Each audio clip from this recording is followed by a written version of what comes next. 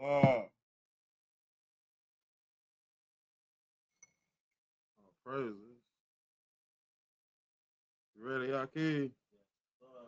Praise with Shabbat Shalom to the Mishpaka, to the 12 tribes worldwide. Shabbat Shalom to these Babylon streets.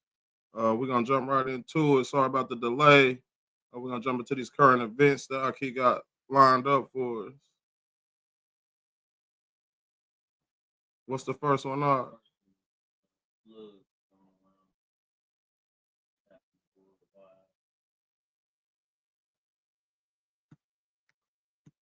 Depression as it moves into the northeastern and northern Gulf. Experts say the drivers of the recent extreme rainfall include tropical storm remnants and significant amounts of atmospheric moisture pulsing over large parts of the country. We begin with the deadly flash floods that tore through northeastern United States. At least 2 people have been killed in New Jersey, and millions more are bracing for even more torrential rain. The powerful summer storm that slammed the mid-Atlantic has already left a deadly mark in Plainfield, New Jersey. 2 people were killed after their car was swept into a river. First responders tried to save them, but were unable to reach them in time.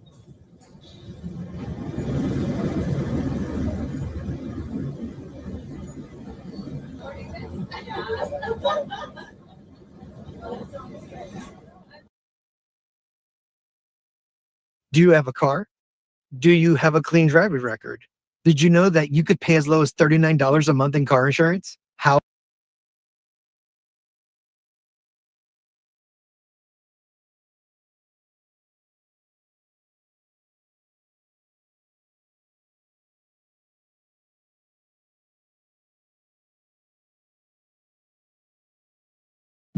So I've got a kind of a weird one today for you guys. So something's got the animals moving in Yellowstone.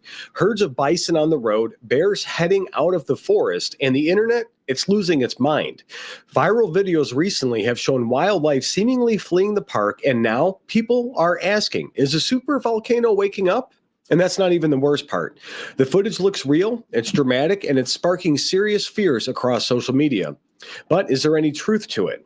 So let's get into what's actually going on and whether animals can really sense disaster before it strikes. So my name's Tom. I'm with the Daily Beltway. I'm publisher of the Illinois Review and a White House correspondent for the Next News Network.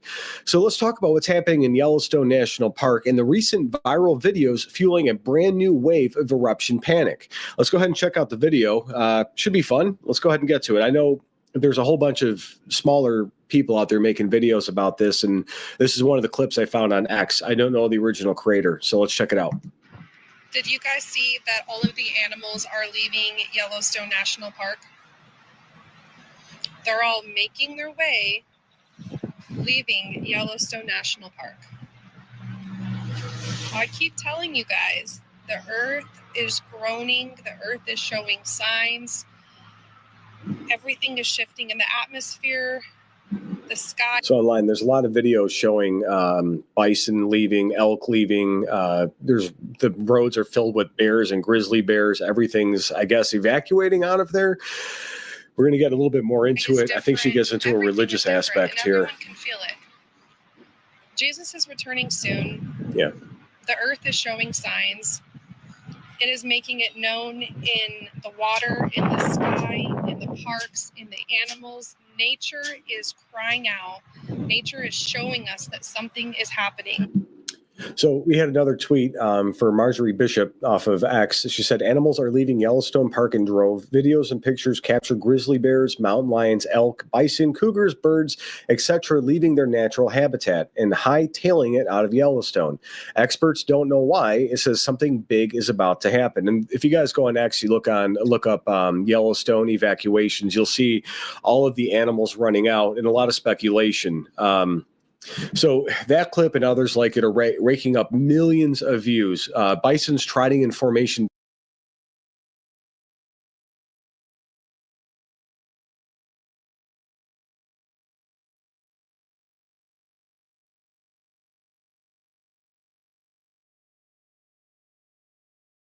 Always have a sense of urgency before the storm comes. So it's just built in their nature. So I would really take heed to that if I was them. But that's just the signs of the time. In the video yesterday, I think I didn't know. Well, but bears don't hang out in large groups Mm. to the territory. But you see them all them bears walk together without no fight. This one is wildfire. What is that? Could be Area 51. Mm.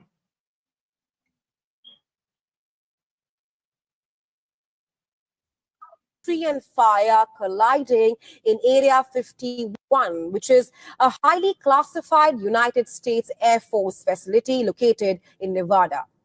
Now, despite its operational role, the site has become the topic of various conspiracy theories, most notably involving extraterrestrial life and UFOs. And in the latest, a wildfire near the highly secretive Area 51 military base has reignited public speculation and conspiracy theories online. The blaze has been confirmed as a part of the Gothic fire, which has been raging across northern Nevada since July 4th. However, UFO enthusiasts are not convinced with that claim. From Reddit threads to TikTok breakdowns, many users are questioning the timing and location. Some even believe that the fire may have been an effort to destroy evidence of extraterrestrial technology or even cover up a crash. The fire is running about 15 miles from Area 51 near the Nevada test site, where the U.S. once conducted above-ground nuclear tests. The Gothic fire has now spread over 366,000 acres and is currently 0% contained. However, despite all kind of speculation doing the rounds, what is clear that mystery and Area 51 are never too far apart. And while officials maintain it's a standard wildfire, the smoke has once again reignited questions that never quite burns out.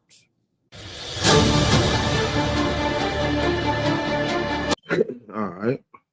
Last one is last. The tsunami sirens is going off. Right. Yep. Was it at a 7.2 earthquake? Was caused.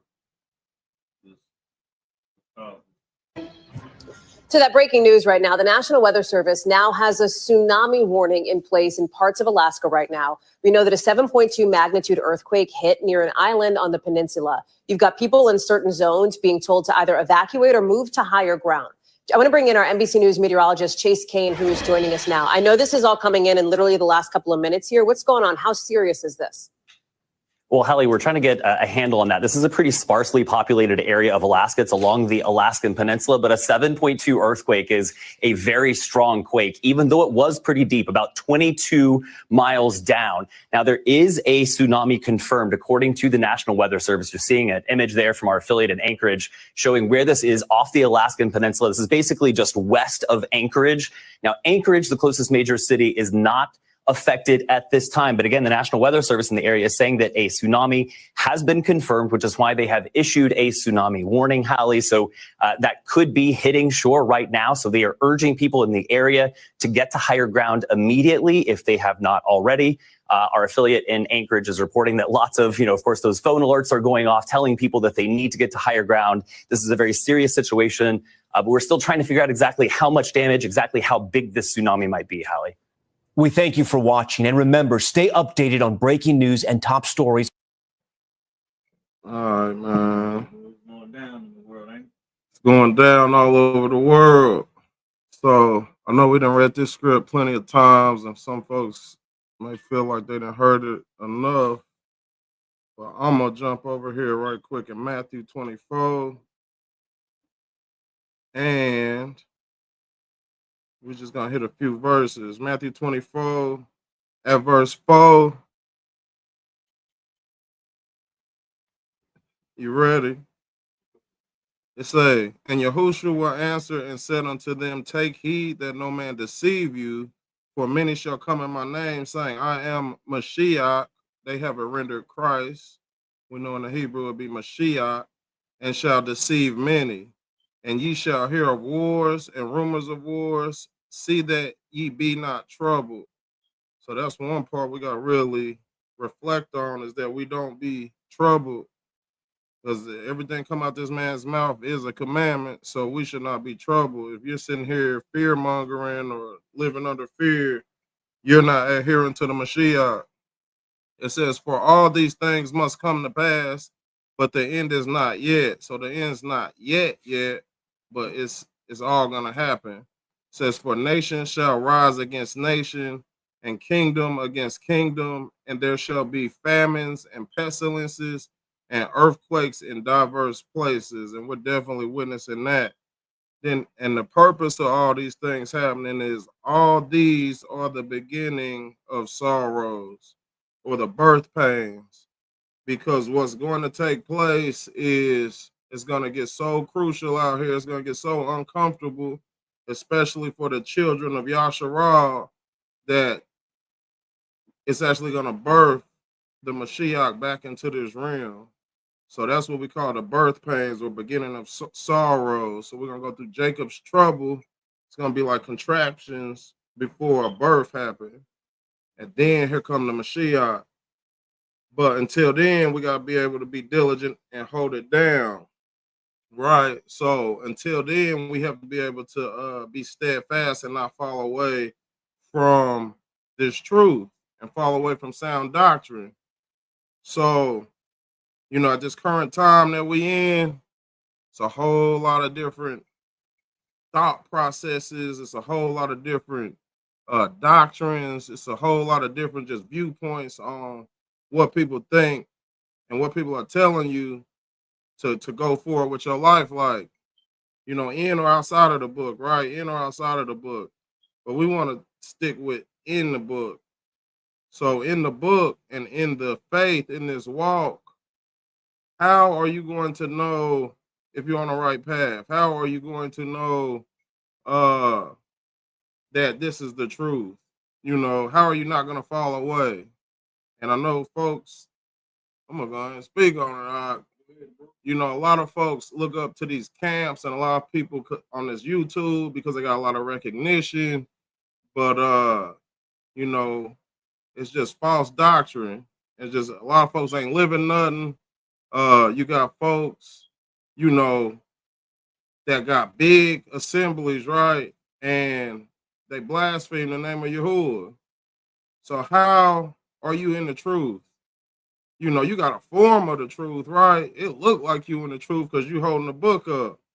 But at some point in time, if the Ruach really came to you, where's the confusion at? Why is everybody so confused? But everybody got the Ruach, all these different assemblies, all these churches, all these religions, and everybody standing on something, but everybody confused or keep administering more questions than more answers. And that's why we came today with the title talking about the solutions to the condition, right? Because what is the solutions? It's all right here in the book, but until we really crack it open and line it up, everybody just running around nilly-willy. And it ain't really no difference than the Methodist, the Christian, the Apostolic, the Pentecostal. Like, everybody got all these different little branches and all these factions, but everybody just gone off in their own direction. But we should be walking together, and we should be walking on one accord, just like we saw them animals. When the danger was coming, it was a whole bunch of different animals. It was a whole bunch of different beasts. Like you said, the bears ain't even no type of animal to click up with each other and got to moving. So we can learn a lot from animals. You feel me? We can learn a lot from nature. So it's like, how stubborn is we gonna be that we can't put the pride to the side and say, hey, look, this is just the right way to move? You know, so in one aspect, I like to see that you got a lot of Hebrew brothers and Israelite sisters that are coming together. That's like, well, you might believe a little different than this, or you might believe a little different than that, but at least we could get together and accomplish something. So in a way, I do like to see that, But my question is, why do we believe in different things if we're in the same thing? You know, it said, lean not unto your own understanding. So somebody's leaning onto their own understanding because ain't no scripture given for private interpretation. You see how the stuff should line up? All the scriptures should line up to where, oh, I got a clearer view. And nobody knows everything, for we know in part and we prophesy in part. But the part that we got, we should get it right. So that's all I'm saying. The part that he gave you, you should be able to get that right. Maybe I don't have the part that Aki have, but if he got that part, I'm gonna trust in Yahuwah that, hey, look, total rabbi to the Most High for him having that part and bringing it to the table. I'm gonna bring my part to the table. She gonna bring her part. He gonna bring his part. Now we got a meal we can feast off of, right? And everybody can be nourished. So that's all I want to say on that, right? But when it comes to the solution, because all we seem to talk about in this, the so-called African American community, right, is the problems.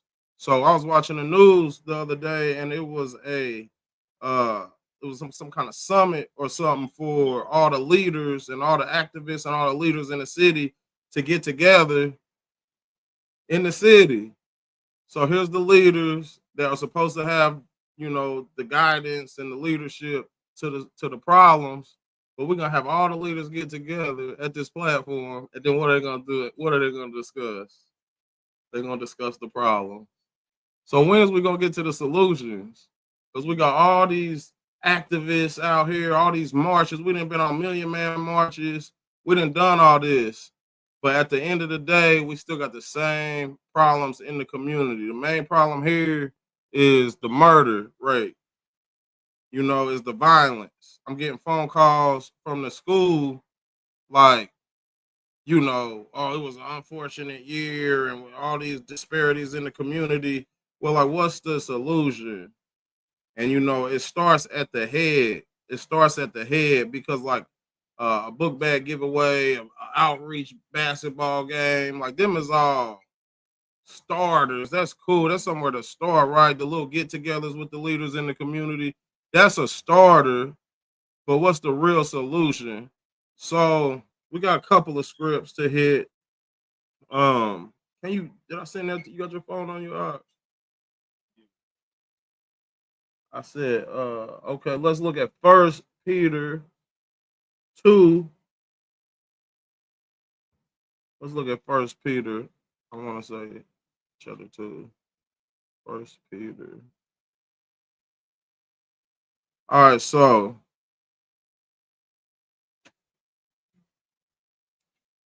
and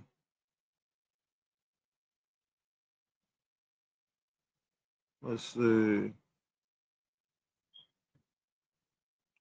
I want to go down here about verse 13. So 1 Peter 2 and 13. And we're talking about solutions, and let's see what the scriptures have to speak on these solutions. Y'all ready?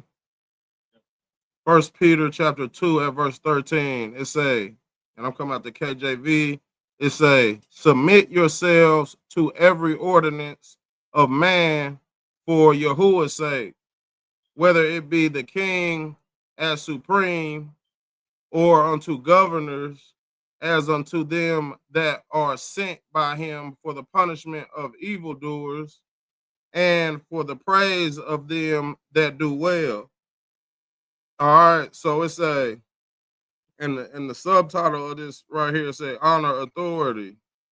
So I want to look at what the Bible say and look at what man say, because man say this, man say, ain't no rule over me, ain't nobody over me. You see what I'm saying? Like even these Hebrew Israelites, everybody, shoot, I'm out here, I'm a man on my own. Like it's a buck against authority. So let's just look at this logically. It says honor authority as the subtitle. Then it's saying here in verse 13, submit yourselves to every ordinance of man for Yahuwah's sake. So for Yahuwah's sake, that's the the underlying narrative right there, though, right? So not for everybody's sake, but for Yahuwah's sake. It say whether it be to the king as supreme, or unto governors as unto them that are sent by him for the punishment of evildoers and for the praise of them that do well. For so is the will of Elohim, that with well doing ye may put to silence the ignorance of foolish men. So he's even summing it up on why you should do this. So we're talking about solutions is what I want to keep at the forefront of our mind. But for so is the will of Elohim. It's the will of Elohim for you to obey authority. It say that with the well-doing, he may put to silence the ignorance of foolish men. There's foolish people all around us. All day, every day, is somebody shooting a fiery arrow at you, throwing a fiery dart, trying to slander your name, slander your character, slander your Elohim, trying to just put a blemish on whatever you got going on. And if you don't move a certain way, then guess what? Your good will be evil spoken of. So we done woke up to the truth and said, hey, I found my identity. I found who I am in this book. And now you want to go share it with the world. Hey, mama, I'm a Hebrew Israelite, and so are you. Right? Ain't nothing wrong with that. We're not knocking nobody for that. But then you got Gorilla Hebrew out here getting pegged on. Now, how am I going to line that up with, hey, mama, this is what we should be walking, and then this is what they doing, though. Like, and now he want to disown the Israelite community or whatever, like, Torah Rabbah. And that's what we really need more of, is the separation to see who's really standing on something. Who's standing on this? Because you're not part of the solution. You are part of the problem. You see what I'm saying? These leaders, a lot of these leaders aren't really leaders. They out here to gain off of the people. It's pimping at its finest. So he said, for so is the will of Elohim, that with well-doing ye may put to silence the ignorance of foolish men, as free, and not using your liberty for a cloak of maliciousness, but as the servants of Elohim. I would say that is low-key a cloak of maliciousness, right? I'm looking like I'm coming in the apparel of Yahudim. I'm looking like I'm for Yasharal, but then I'm pimping them out for their money, or I'm like it's like you could gain control of these people's minds. There's something about this book that if you're held to a certain esteem, like by knowing the scriptures or by being in a position in the community, in the church or whatever, it's always been something that people kind of reverence them leaders a certain way, right? And what folks will do is they will flip that and use it as a weapon. They'll weaponize their position, if that make any sense. They'll weaponize their position, and then they will pimp out the people. It says, as this is verse 16, as free, and not using your liberty for a cloak of maliciousness, but as the servants of Elohim. So just like police officers, just like firefighters, just like these people who work for the government, they're supposed to be servants to the people. They're really supposed to be servants, right? My job is to serve the community. That's really your job. But we see many times police brutality kick off, and they're misusing their authority. They're misusing their position to get things that they want, or do things that they want to do, right? Or hurt the community. So it's no different than this. You're supposed to be ministering, which is to serve, but you didn't took it upon yourself to be greedy. Verse 17, it says, honor all men, love the brotherhood, fear Elohim, honor the king. All right, so it's talking about honoring authority, right? Honor all men, love the brotherhood, fear Elohim, honor the king. Verse 18. It says, servants, be subject to your masters with all fear. Now, you got folks out there that'll stop reading the whole Bible and stop believing the whole Bible because it says servants and be subject. Talk about submission. I've heard people have arguments that, see, that's why I don't believe in the Bible. Well, that's just dumb. Because everybody's a servant in their own form, right? Do you have a job? Like, you might not be a servant. You might not have employment. If you don't have employment, then you are not a servant, right? So that's all it means here when it says servants. It's not necessarily talking about chattel slavery or being just, somebody's footstool. It's talking about you have an occupation, you got somebody that pays your wages. Then servants, be subject to your masters with all fear, not only to the good and gentle, but also to the forward. So how many of us got a job? We on the clock, and you got a reasonable floor manager or supervisor, and you like, oh yeah, well, I got a cool supervisor. You know what I'm saying? But we all know we done been there to where when it says also to the forward, you all know you got that one jerk manager that you just can't seem to please. He's just always on you, micromanaging. But it said to both of them, it would be wise to be subject to your masters with all fear. And fear don't mean, oh, I'm just scared of. No, it just means to have some common sense respect, right? Like, I'm not going to be just willy-nilly on the phone when I know this dude is about to come around and, get on me. I'm not just about to be in the bathroom or off the floor when I know I should be out here doing my job. I'm not about to not be putting in, the paperwork or whatever your job consists of, right?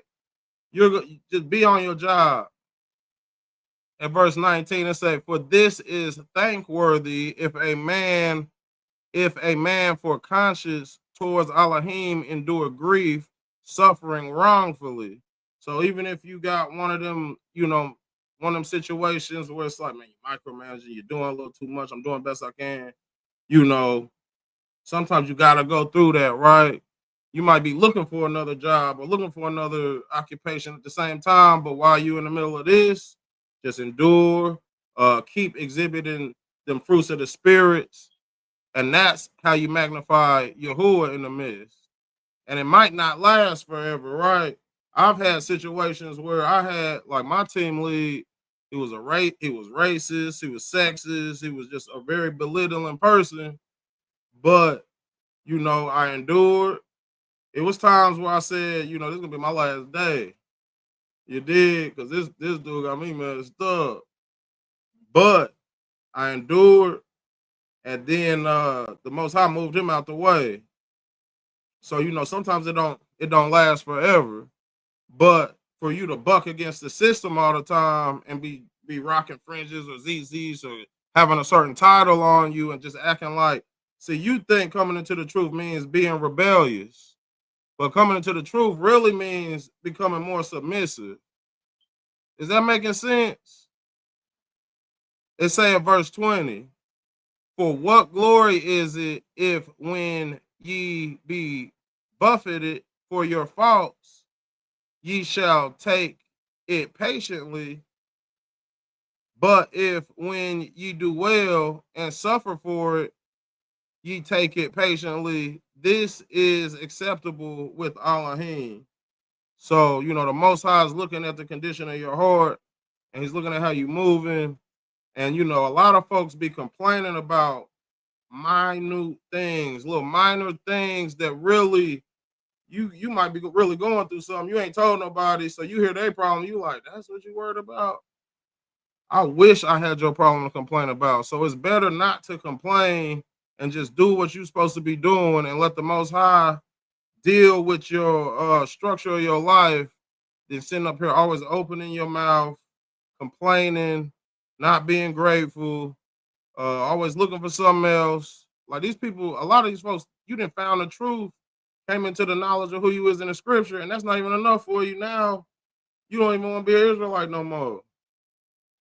All right, so let's jump over here to the book of Zephaniah, chapter 2. So, and hopefully y'all can see the purpose of that being a solution. One of the solutions, submission to authority will stop a lot of the issues that we dealing with.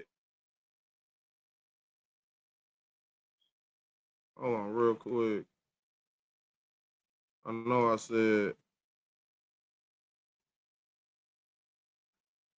I said Zephaniah, but real quick, let's jump over here to Matthew 5 and 25.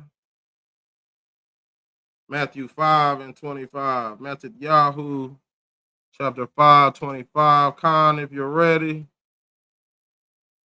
Y'all ready? Oh, okay.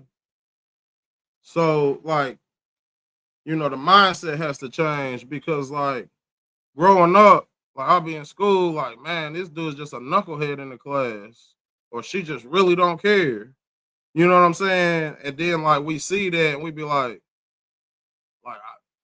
I could get away with this then. Like, because we be looking at what other people we think they getting away with, but really they setting themselves up to be failures because they're not setting themselves up. When you're in school, right, and you don't want to listen to the teacher, you don't want to listen to the authority, you start having a pattern of disobedience, and you in your mind, you're making yourself this untouchable, and it's like, I don't gotta listen to nobody.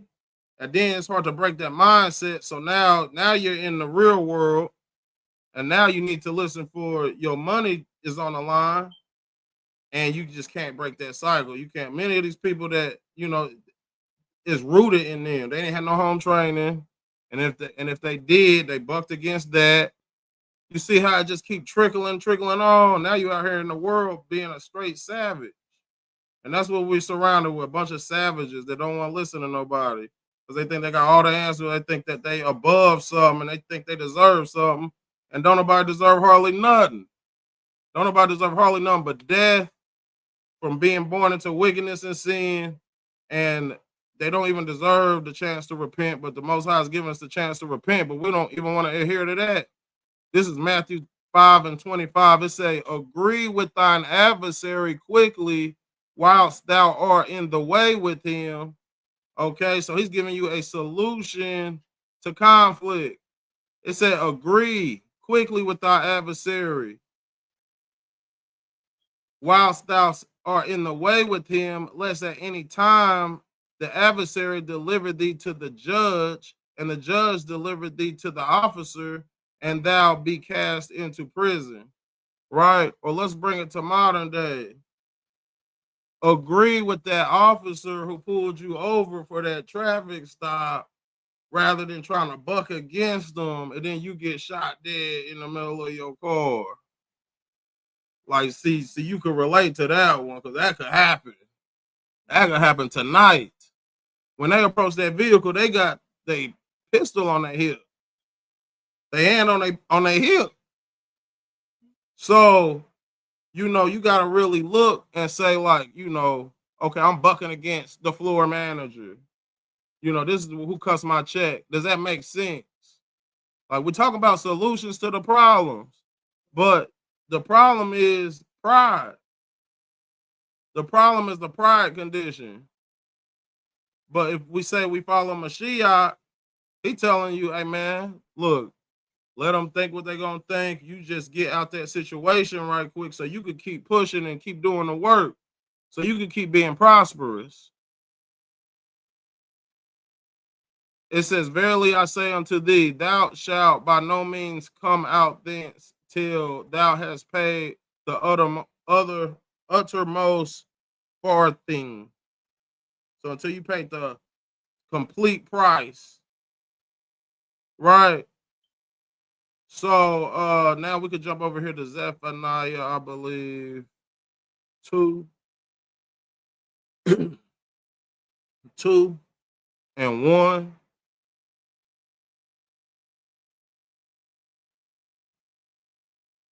Zephaniah chapter 2 at verse 1.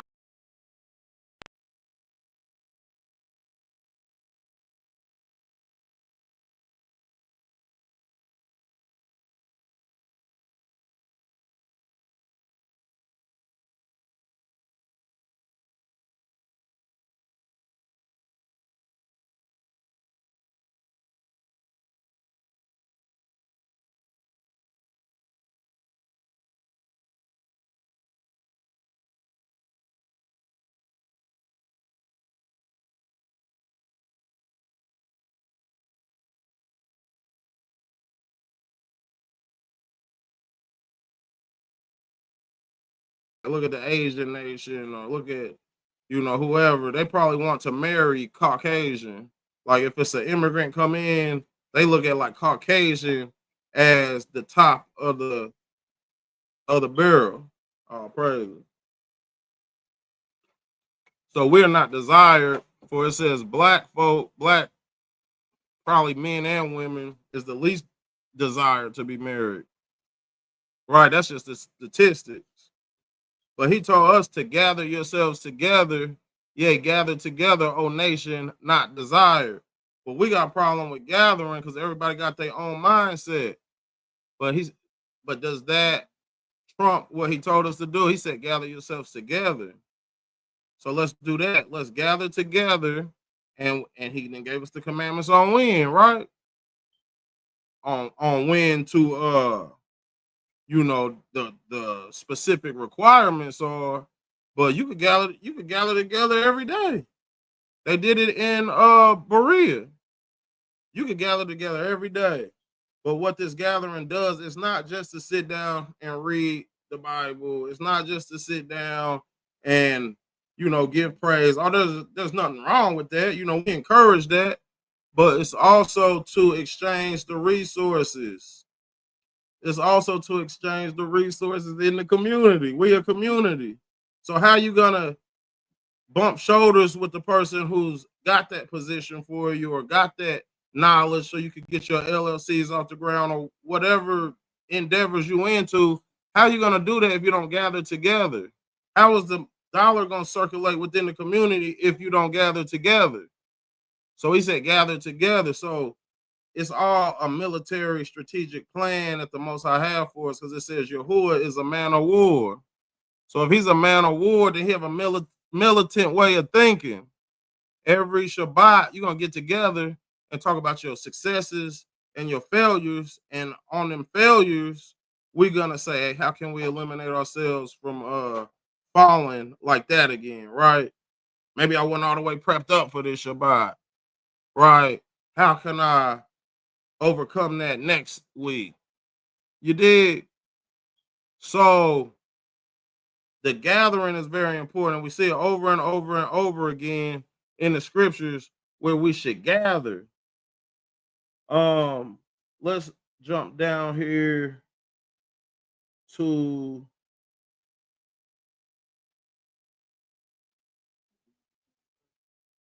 what'd you say, y'all? Let's jump down here. I want to make sure ain't nothing else here. Yeah, let's just go to Leviticus 25. It kind of speaks on it too. Leviticus chapter 25, and we're going to jump down here at 35. All right, so we said gather ourselves together. So you got to have that sense of not having pride on you. If you want to be effective in the community, if you want to be effective in your life, period, you got to have that sense of gathering on us. We got to have that fear of Yahuwah on us. We got to have all these things if we want to please Yahuwah and change the circumstance of where we at right now. You know, the mindset gotta change. Like the entertainment, right? Because right now it's like, you know, yeah, y'all hear us talking or whatever, but once it's over, it's right back to Sexy Red and Glorilla. Like that's what it is though. NBA Youngboy or whatever. And then all the shows that they watch is debauchery. You got the Bad Girls Club. I just found out about Love Island. I mean, it sounds like it'd be innocent, right? It's called Love Island. You know what I'm saying? It's not. Is I mean, you know, it's Catchy title. catchy title. Be the same thing. It's Lust Island. Yeah. So it's like, you know, but that's what you're gonna gravitate to. The little horror movies and stuff they put out every, you know what I mean? It's like that's what everybody gonna gravitate to. So that's what we talk about the solutions. It's really bigger than this because it start at home for sure, and then it trickle over into the community to what is gonna be acceptable. We have the book of Leviticus 25 at verse 35. It say, and if thy brother be waxing poor and fallen in decay with thee, then shalt thou relieve him, yea, though he be a stranger or a sojourner, that he may live with thee. Are y'all hearing that? It say, and if thy brother be waxing poor and fallen in decay with thee, then thou shalt relieve him, yea, though he be a stranger or a sojourner, that he may live with thee. So your brother then fell into decay, he's down bad. He said, you shall relieve him, even if he ain't from around here, and he gonna live with you until he get back on his feet.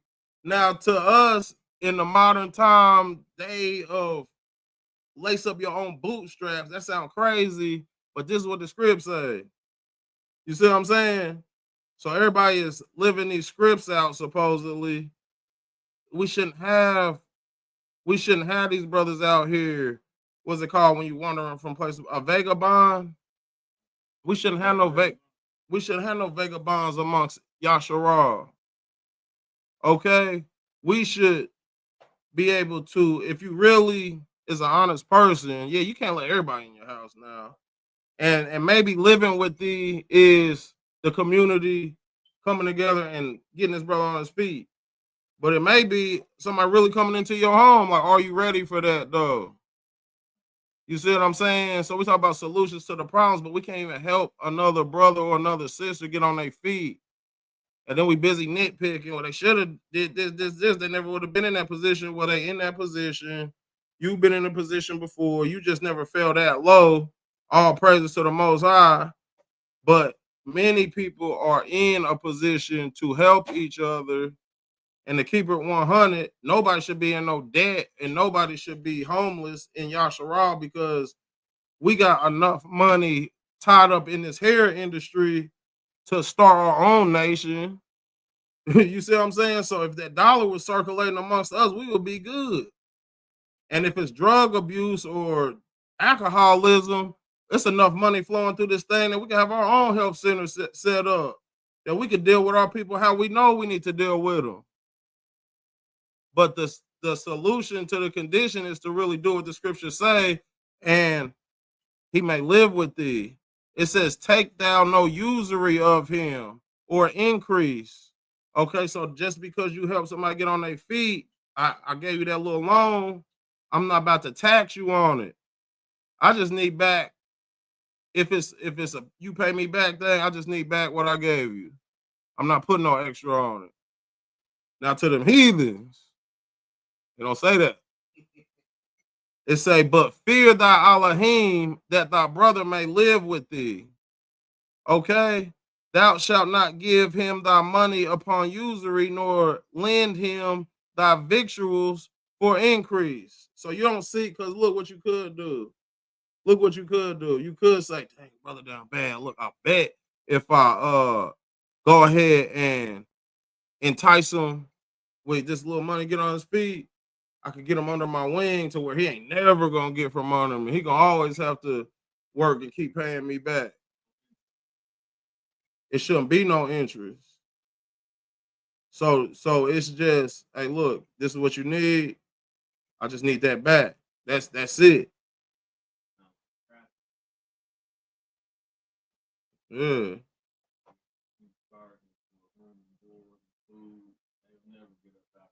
Mm-hmm. So, it's about intent. Do you really want to see your people get on, or do you just want to be the big dog for these little extra ducats you're getting off your brother? It say, verse 38, I am Yahuwah, your Elohim, which brought you forth out of the land of Egypt to give you the land of Canaan and to be your Elohim. It says this at verse 39, and if thy brethren that dwelleth by thee be waxing poor and be sold unto thee, thou shalt not compel him to serve as a bondservant, but as an hired servant, and as a sojourner he shall be with thee and shall serve thee unto the year of Jubilee. So I believe all the slaves get redeemed at Jubilee, correct? So it's like, even just like we spoke on, it shouldn't be one of them things where you up under my wing forever in debt, feeling like that. It's like, no, this is to help you get on your feet. And as we see in the old times, like you see, they calling it servants, which we're not used to hearing, but it's just employment, right? We're not talking about it. Said that's why I said, do not compel him to be as a bond servant. So that's like you didn't capture the whole village in war. That's different than dealing with your brother. You see what I'm saying? It's a different type of servitude. So like my brothers in the camp, we're gonna all be keeping Passover. If I came and slaughtered this village and took these people as bond servant, they heathens. They not keeping the past. That's just an example, right? It's a difference of servitude. So like today, what we are under just employment, right? Even if you got your own business, you still working for yourself. So that's one thing I don't get about folks that say, I don't want to work. Like I just be hearing people say they don't want to work. Like if you don't work, you don't eat though. But even if you is self-employed, you are still working for yourself. And sometimes that's even harder than working for somebody else. 9 times out of 10, it's harder to work for yourself than work for somebody else.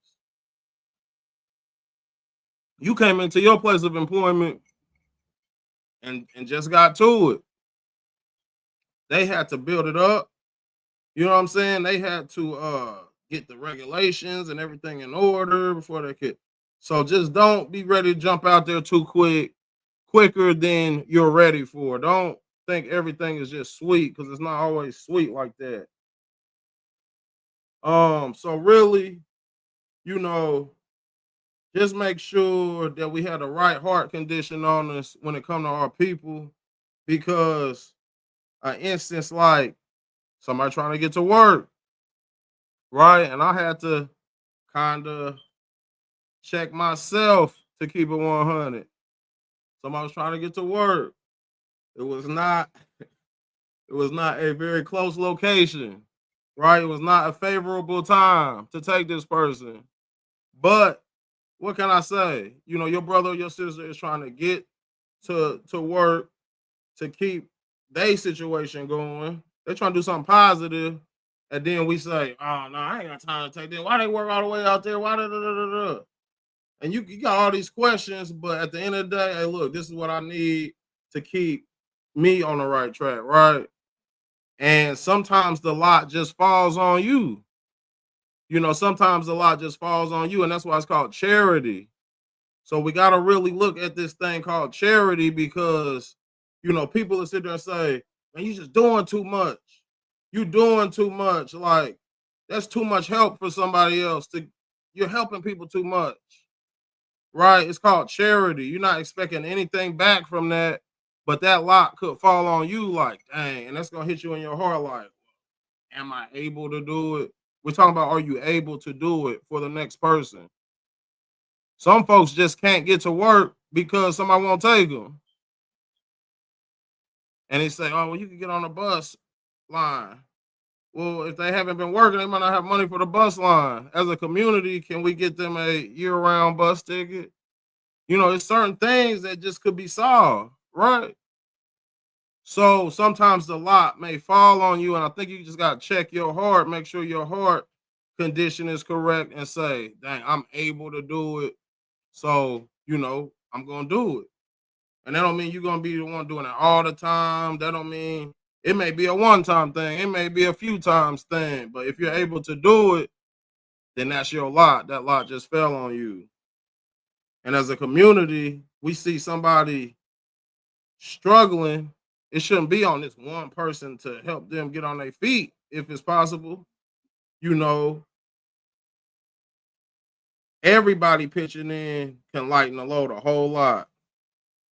I'll just say it like that. Everybody pitching in can lighten the load a whole lot. And what it should be is a cycle in the Mishpaka, in the assembly. Everybody should be getting on their feet. We can look at Straightway, I think, and see at least a example of how to get from under the foot of the system. You see what I'm saying? And you can look at communities like that to where it's self sufficient. That's what we really want to seek, is self-sufficiency. And what these Khazars, you know, got going on for the most part is that they let their dollar circulate about 6-7 times in their community before they even leave their community. So we got to get to a point like that. I should be able to lean on brothers and sisters, and we should be able to have each other's back. But that's where I want to leave on that. Let's jump over here down to Proverbs 29 and 3.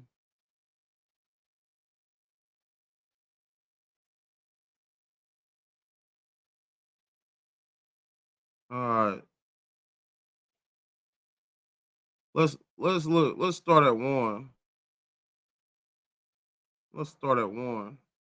This is the book of Proverbs, Mashali 29 and 1 through 3. It say, he that being often reproved hardeneth his neck. He's always getting corrected.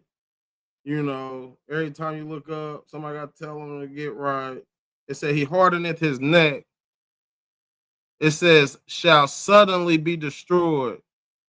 So you was getting reproved. You don't want to listen, you're stiff neck, and then boom, there comes the sudden destruction. And that without remedy. He said, there ain't no remedy for this destruction coming to you. Ain't no cure. Ain't no go backs.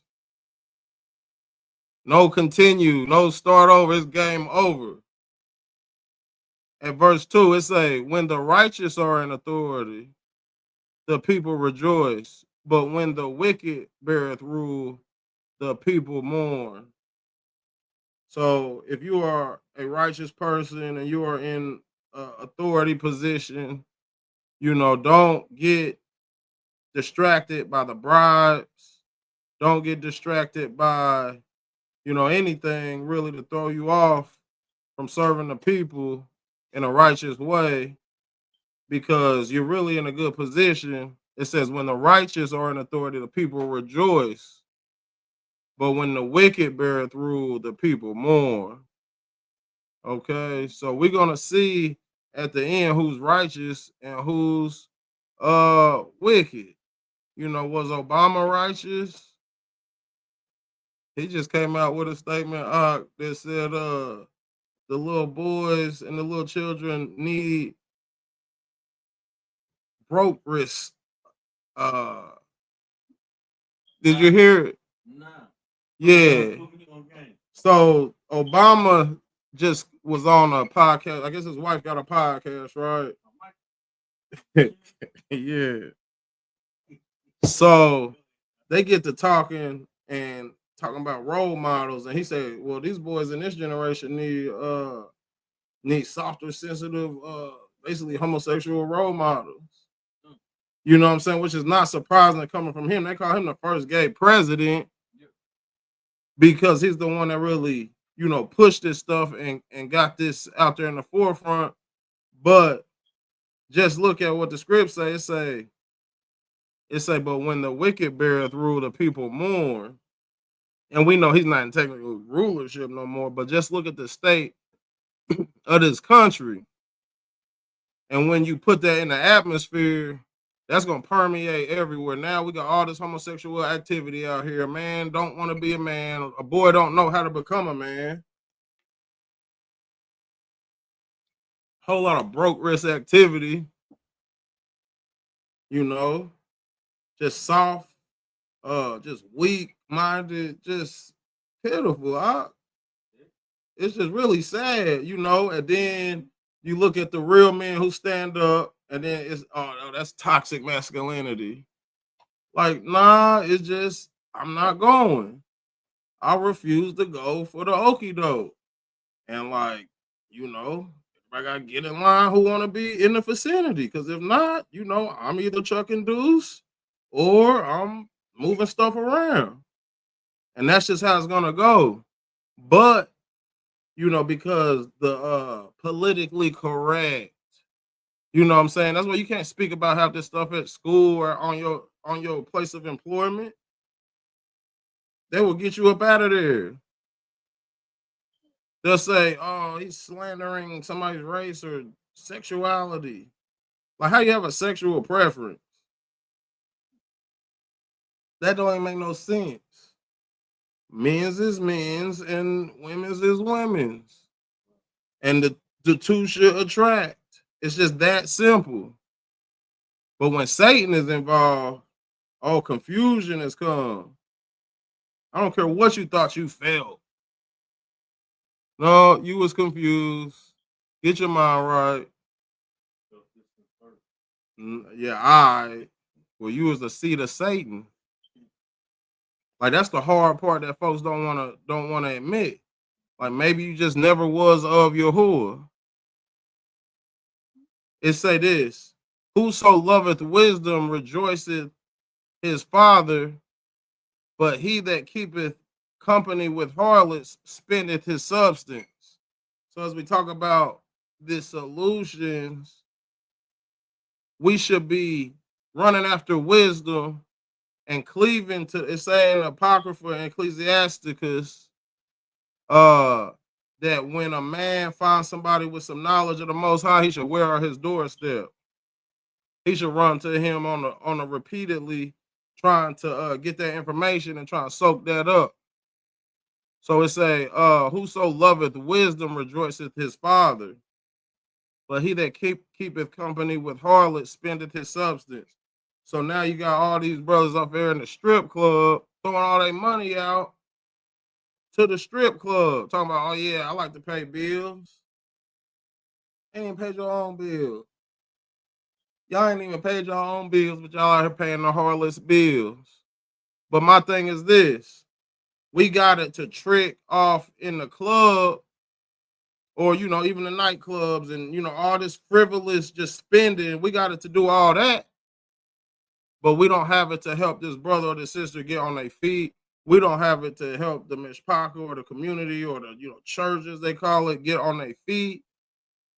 So these are the things that we got to really discuss and figure out. Yediah was speaking earlier or last week about, we got to get out here and get in the community and sit down on these with these parent or with these school conferences.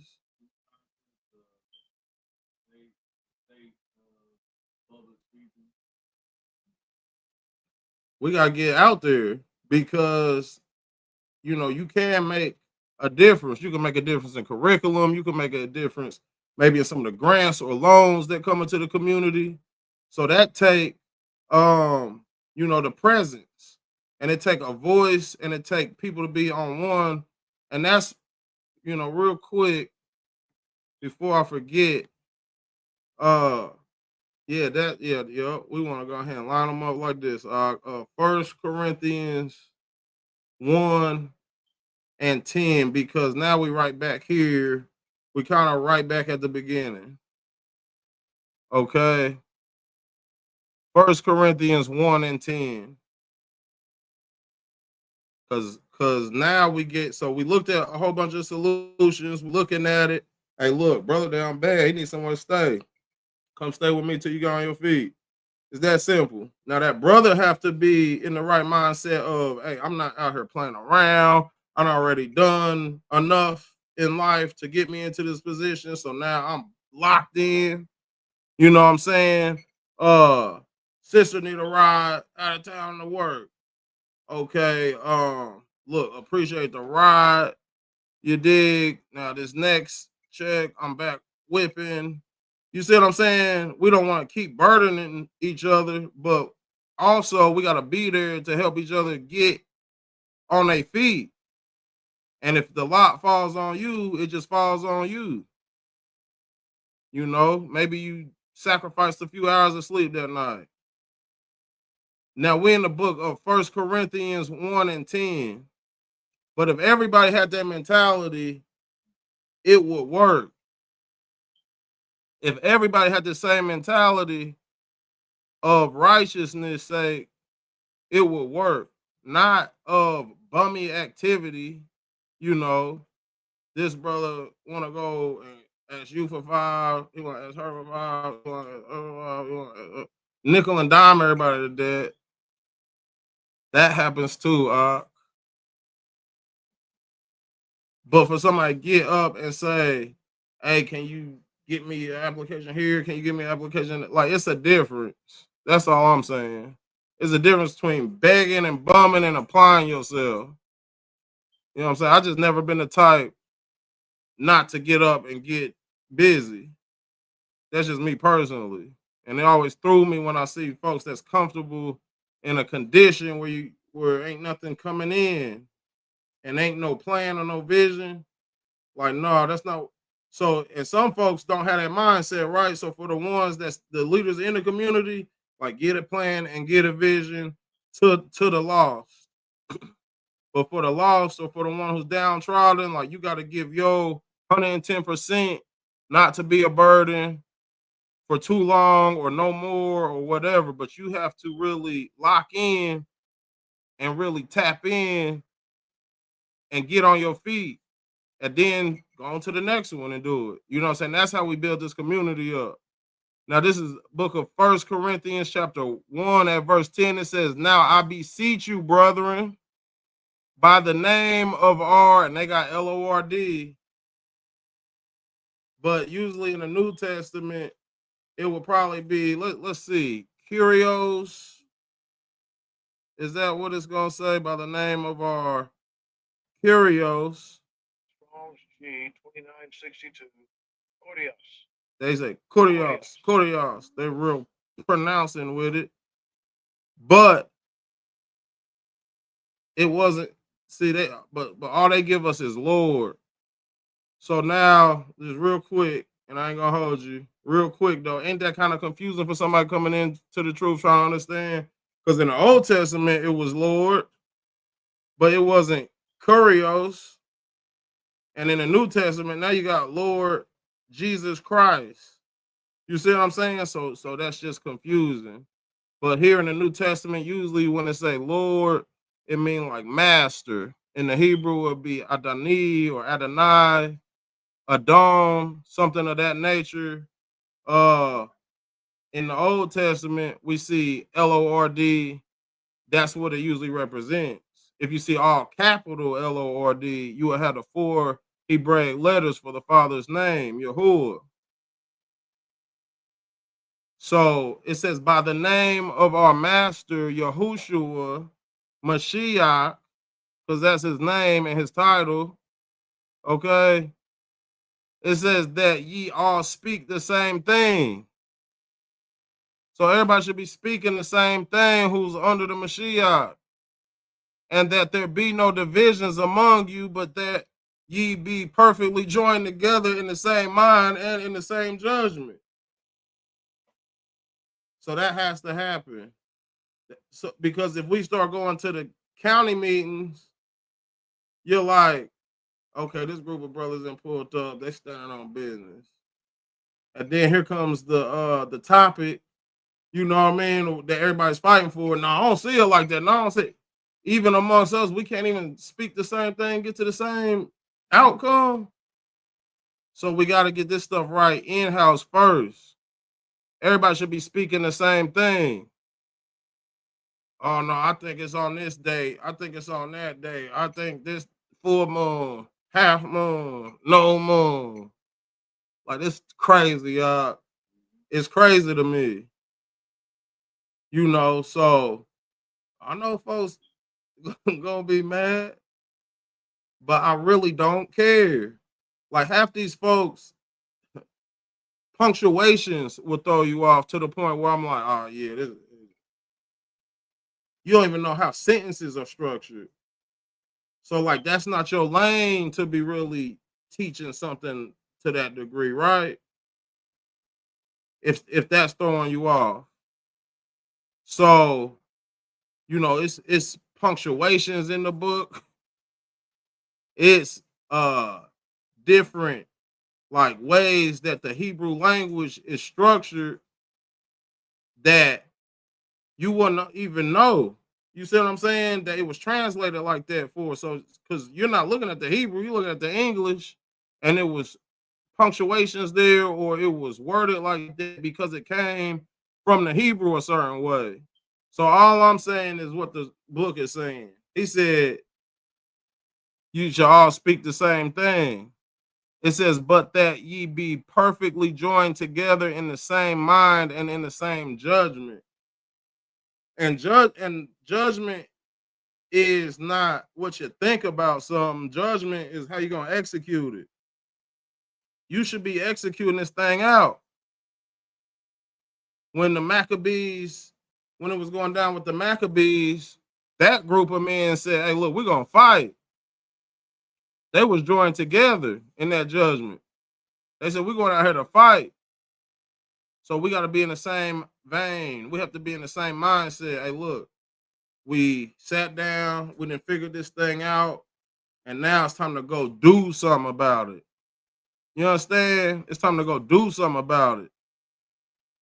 It says, for it hath been declared unto me of you, my brethren, by them which are of the house of Chloe, that there are contentions among you.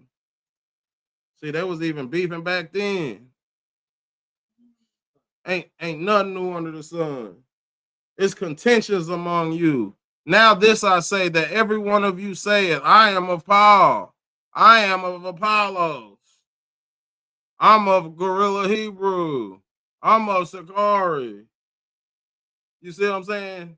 It could be, I shouldn't have said that. I shouldn't have said that. No, I don't care neither. What I'm saying is this. Like you said, ain't nothing new under the sun, right? So just like I'm of Sakari, I'm of HOI, I'm of ABC, whatever you want to put on it. I'm of Baptist, I'm of Catholic, which everything fall under Catholic if they knew better. But that's what he's saying. He's saying, I am of Paul, I am of Apollos, I am of Cephas, and I of Mashiach. It says, is Mashiach divided? Was Paul crucified for you? Or were you baptized in the name of Paul? I thank Elohim that I baptized none of you, but Crispus and Gaius, lest any should say that I had baptized in my own name. So he was so Paul was being humble, saying, man, I'm glad I didn't baptize too many of y'all, because then y'all would have been looking like, I see, he over here think he doing something because he baptizing all these people. They was all baptized by Paul. He's like, man, I'm glad it's not of me. He said, and I baptize also the household of Stephanus. Besides, I know not whether I baptize any other, for Mashiach sent me not to baptize, but to preach the gospel, the Bashura, not with wisdom of words, lest the cross of Mashiach be made of none effect. So this mindset is that we all speak the same thing in the Mashiach, right? First and foremost, keep that at the front of your mind. It got to be led by Mashiach, and then we should all be having the same doctrine. Not saying that Aki don't know more about me in a certain subject. Not saying I don't understand a deeper understanding of this in this aspect, even in Mashiach, but it should all line up and move and flow together. Like whatever he give me that I didn't have, I should be like, oh dang, that just opened me up. It shouldn't minister to more questions, right? It shouldn't make it like more confusing. I think we want to hit one more script. Let me see.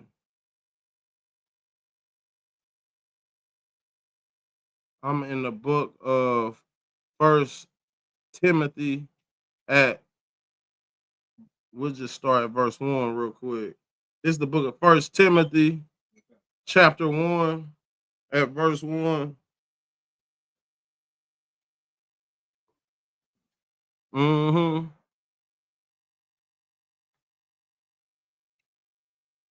And this is what it reads. It say, Paul, an apostle of Yahushua Mashiach, by the commandment of our Elohim, it says of Elohim, our Savior and Master, Yahushua HaMashiach, which is our hope, unto Timothy, my own son in the faith.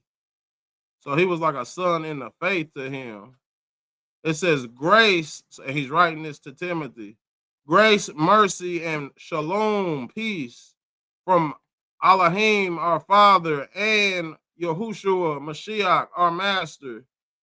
Now, I just real quick question: if they the same person, why would you have to say and? If it says from God, our Father, Elohim, our Father, and Yahushua Mashiach, our Master. So, but they say, oh, the Father is the Son. So that's kind of confusing. The Most High is not an author of confusion. So are they the same person or are they not? Because we have an and in the middle. And I'll leave it at that. Verse 3, as I besought thee to abide still at Ephesus, when I went to Macedonia, that thou mightest charge some that they teach no other doctrine. He said, you don't go and teach nothing else than what we done gave you already. It says, neither give heed to fables and English genealogies. So you got some fables, which are basically just stories, and then you got some English genealogies, which minister questions rather than godly edifying, which is in faith, so do. All right, so we shouldn't get caught up in these endless genealogies. What you should be getting caught up is your faith, is your works backed up by your faith, and vice versa. That's what you should be getting caught up in. Because you keep going down your genealogy, then you find out your bloodline is not as pure as you thought. Like, man, you're going to really need some grace. So if you are preaching that it's all about this bloodline, you know, and you don't ain't no grace in there, you know, hey, we gonna just pray the Most High have mercy on your soul. But you should be putting forth that work with the faith so you can, Most High willing, move the compassion of Yahuwah. Because that's what we're gonna need in these last days. It say this at verse 5. Now the end of the commandment is charity. Y'all see that? The end of the commandment is charity. What you say? No. You almost had me. You had me confused. No, that's not what it says. It says, now the end of the commandment is charity out of a pure heart. So not even out of a heart of stinginess. And like we said earlier, trying to get something out of somebody. Just gotta have a pure heart, man. Look, I want to see my people doing better. I want to see bro get on his feet. I want to see sister get out of that condition. I want to see the children elevate. This is what we should want to see for our own people. It says, and of a good conscience, and of faith unfeigned, from which some, having swerved, have turned aside unto vain jangling. Now you know that's a Hebrew word. That sounds like something a Hebrew would say from down south. Vain jangling. Let's look up this word jangling real quick. Strong's G 3150. Batayalagia. And that's coming from G 3150, G 3150. And it says vain talking, empty talk. So many have turned aside to empty talk. It don't even mean nothing. Vain jangling. Desiring to be teachers of the law, understanding neither what they say nor whereof they affirm. It says, but we know that the law is good if a man use it lawfully, knowing this, that the law is not made for a righteous man, but for the lawless and disobedient, for the ungodly, and for sinners, and for unholy, and for profane, for murderers of fathers, and murderers of mothers, for manslayers, for whoremongers, for them that defile themselves with mankind, for men stealers, for liars, for perjured persons, and if there be any other thing that is contrary to sound doctrine, according to the glorious gospel of the blessed Elohim, which was committed to my trust. Okay, and we can end right there. But to sum up that, right, is that he said, man, look, I have to send some folks out to you to tell you that y'all stop speaking this other stuff. Y'all speak what is sound, what was taught of the Mashiach and handed down to us. And prior to that, what it was fulfilled in the laws of Moshe, what, the law really was in the flesh. They was really slaughtering them bulls and slaughtering them turtle doves, but it was a spiritual connotation behind it. The Mashiach came to reveal those secrets and those mysteries. And we are sent to carry forth the manifestations of that. We should be the manifestations of that, right? So at some point in time, if we say that we're a community of believers, our community should not be filled with disparity. At some point in time, the community has to be filled with charity, which is the end of the commandment, he said. And charity is just another word for love, right? So we have to fill this community with love. We have to be there for one another. We have to be able to lean and depend on one another. And so as we say, Ak and a Koti and all that, like you're not being an Ak if you're not a strong defense against the adversary for your brother or for your sister. Because that's what it means. The Aleph and the Chet.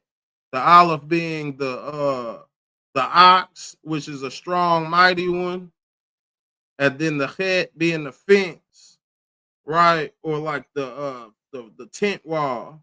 So you should be a strong defense to your brother, a strong fortitude for your sister. That's Akhenakote, Akhenakot. So with that, anything anybody else want to bring up? Any comments? Well, all praises to the Most High Yahuwah and His only begotten Son Yahushua. We say, right on for tuning into these Babylon streets. Until next time, we say Shabbat Shalom, both tribes. Yes, sir.